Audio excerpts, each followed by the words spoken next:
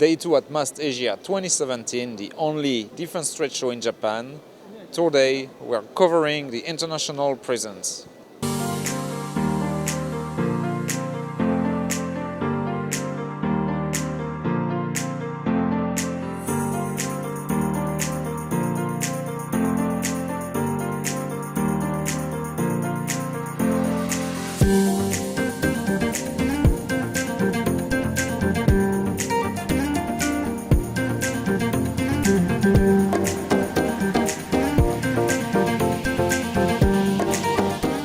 We have here the V-22.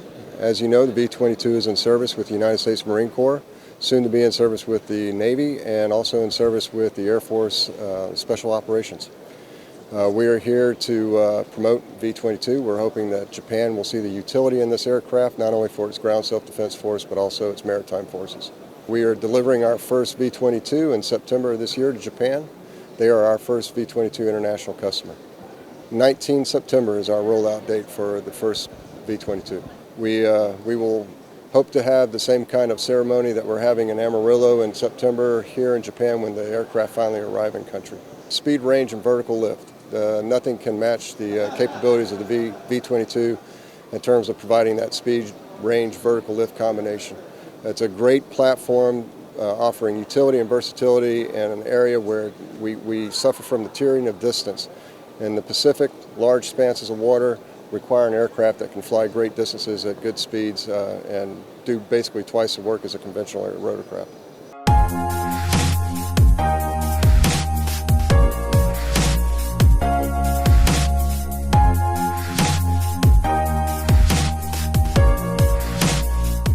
iXblue is a French company specialized in navigation systems and which has relied mostly on its inertial system solutions.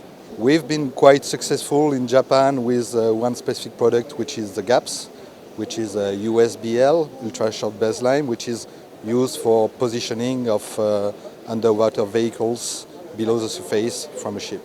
We've had a long partnership with a local company called Ocean Wings, which is a well-established company here in Japan and which has been very successful in helping us to deal with this market for us. So this year we've got a specific focus on the amphibious operations because we've developed a specific concept of navigation warfare for amphibious operation when the amphibious operation have to take place in specific environment where the GPS is jammed, where the radar is jammed, so we have to maintain the navigation capacity from the sea to the shore. So we have developed a concept by iXblue. We're using our systems for ship applications and our systems for land application in order to maintain the navigation from one point to the other, and so that the amphibious vehicles which are beaching on a beach or on the land are able to navigate and are perfectly positioned when they reach the coast, despite the lack of GPS information. Basically, we are using the products that we have developed for the ships, that is to say the inertial navigation systems based on our fiber optic gyroscopes, the data distribution unit, which will send the information to the LCT and then to the amphibious vehicles, and also the inertial navigation systems we have for the land applications and that we can fit on board land vehicles. This year at MAST we are giving two presentations. One is focused on the fiber optic gyroscope technology, and on the booth we will have a specific presentation on the navigation warfare for amphibious operation, which I'm going to give here today on day 2.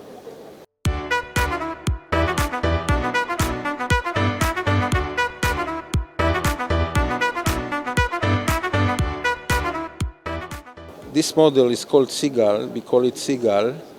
It's an unmanned surface vehicle that we have developed. It's our design. It was built by a Dutch shipyard, and it's supposed to be an unmanned vehicle that is intended for 3 missions. One mission is coastal surveillance. The other mission is what we call MCM, mine counter measures. And the third one is ASW, anti-submarine warfare.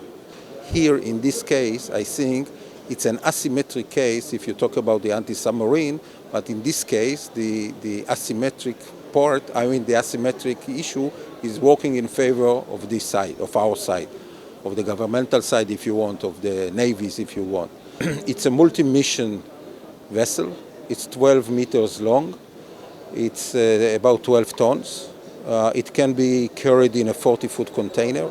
We have here a weapon station, a remotely controlled weapon station, which is a naval one. Now, when it's a mine counter measures mode, one vessel is trying to detect or detecting the mines. Then we launch an ROV, which is getting close to the subject, to the target. And if there is a decision that this is a mine, there is a way to engage it and explode it. If we talk about anti-submarine warfare, then we have two sonars here. One is a dipping sonar, which goes down here. The other one is a side scan sonar, which is here. And once you detect the submarine, the other vehicle is carrying a torpedo, which you can launch.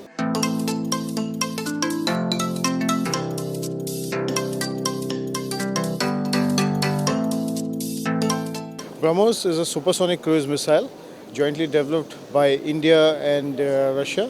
Indian Defense Research and Development Organization is the major partner from India, and NPM is from Russia. We have studied the company in 1998. In 2001, we did our first launch. From that day till now, we have done almost 60 launches from various platforms. It is a supersonic cruise missile. It's in present the longest and fastest missile in the world. It has already been installed in more than 10 ships of Indian Navy and also in Indian Army. We are going with the final trials of the air launch version, where the missile will be launched from a Sukhoi 30 aircraft. That should happen in a month or two, after which it would be deployed in the air version also. So we'll be covering with this launch sea, land and air. We call it a universal missile because the same missile goes for ships and for land systems. For the air, it's a bit different, a little smaller and little lesser in weight. In Japan now, India-Japan relationship are increasing in a very fast manner, and we want to look. Japan is known for its technology advancements, and India is also very good in softwares and other systems. We want to combine these two technological powers and see what sort of joint cooperation we can do so that we can together be ahead and marking leaders in different fields.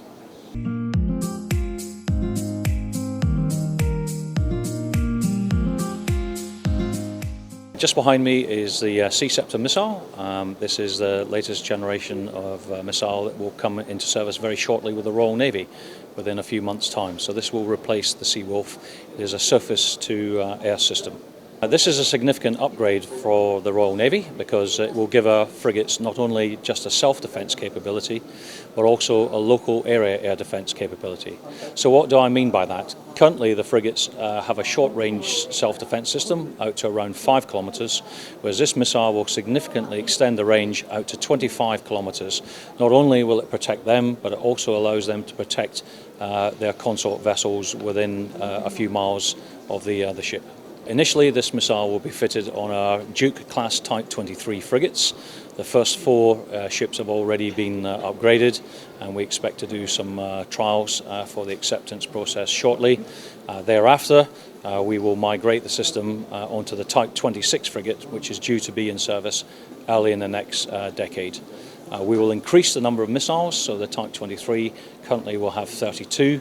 Ceptors, and we will increase that number to 48 on the Type 26. We're exhibiting here at MAST Asia in Japan because I'm showcasing some of the latest technology that's about to come into service. Not only Ceptor, but also the next generation of anti-ship missile launched from a helicopter, which is Sea Venom.